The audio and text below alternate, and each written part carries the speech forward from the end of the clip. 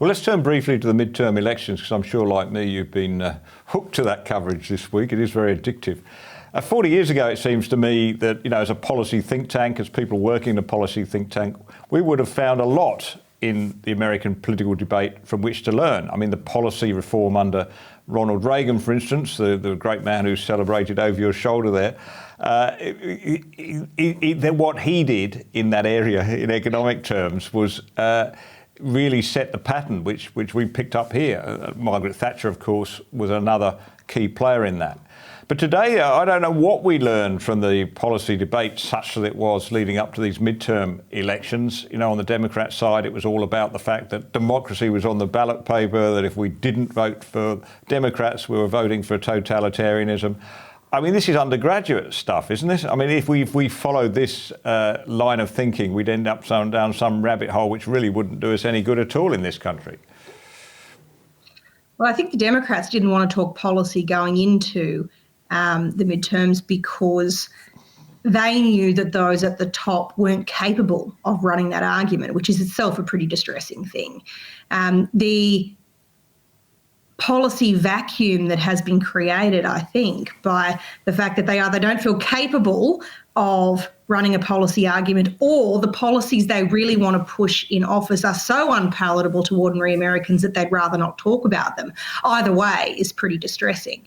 It means it's more important than ever, I think, for Australians to carefully and critically engage in the ideas upon which we build our democracy, because to simply mimic the identity politics, the Green New Deal, and the hating of those at the top kind of redistributionist agenda is, quite frankly, a recipe for division and poverty. And if we choose to follow that path, it will have ugly consequences. It's more important than ever for Australians of all walks of life to engage in those big ideas. It's a challenge for us, but it's enormously important. An important question in policy think tank terms is I think every policy debate should begin with is, what is the problem to which this is the supposed solution? What is your policy trying to solve? Labor is pushing through now industrial relations changes.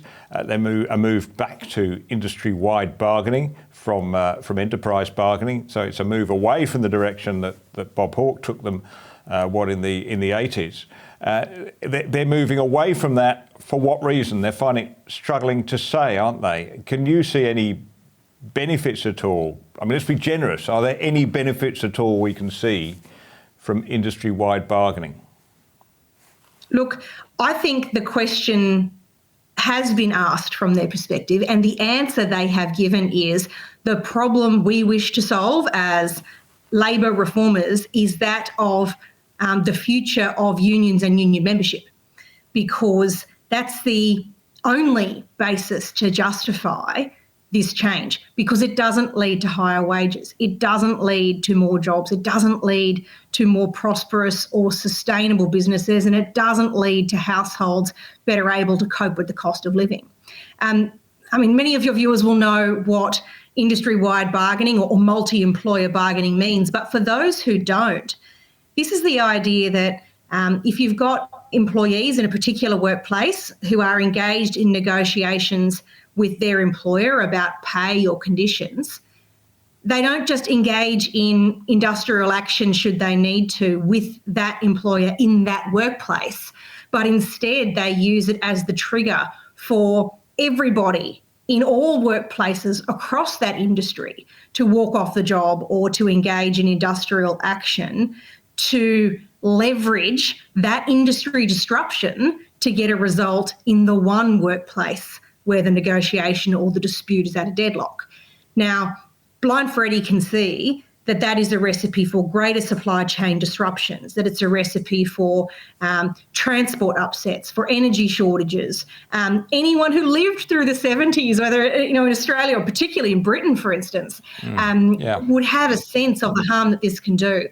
But even if we accepted that as a tactic, that was worth it to get the result for the working man, the numbers don't bear it out. It doesn't actually result in more secure or higher paying employment for the people with the least bargaining power. In fact, it creates reductions in productivity so much that for the long term, you see employers closing, you see fewer jobs, and you see employees with less bargaining power to get those higher wages. It is so harmful to the interests of the working Australian that, quite frankly, even the most dyed-in-the-wool red-shirted person shouldn't support it, and Labor should hang their heads in shame for pushing the interests of unions at the expense of working Australians at a time when so many people are struggling with the cost of living.